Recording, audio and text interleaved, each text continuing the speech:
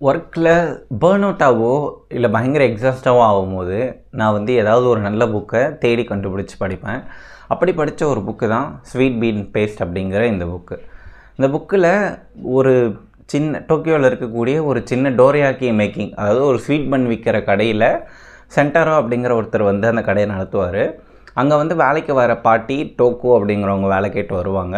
தென் அந்த கடைக்கு வரக்கூடிய ஒரு குட்டி பொண்ணு வக்கானா. ஸோ இவங்க 3 பேரோட லைஃப்லேயும் தனிமை அப்படிங்கிற ஒரு விஷயம் எப்படி கனெக்ட் பண்ணுது, அண்ட் அந்த டோக்கோ அப்படிங்கிற ஒரு பாட்டி இந்த 2 பேருக்கும் அண்ட் இந்த புக் படிக்கிற எல்லாருக்கும் வாழ்க்கையை பற்றின ஒரு ரொம்ப பெரிய லெசனை ரொம்ப சப்டலாக ஃபிக்ஷன் மூலிமா வந்து சொல்லிட்டு போகிற கதை தான் ஸ்வீட் பீன் பேஸ்ட் அப்படிங்கிற ஒரு கதை.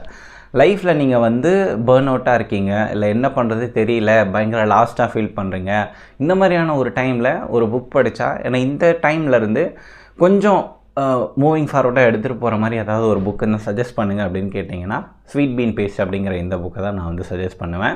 ஒரு பயங்கர ஹீலிங் ஃபிக்ஷன். இதை படித்து பாருங்கள், உங்களுக்கு இது எப்படி ஒர்க் ஆகியிருக்கு அப்படிங்கிறத கமெண்ட்டில் வந்து சொல்லுங்கள்.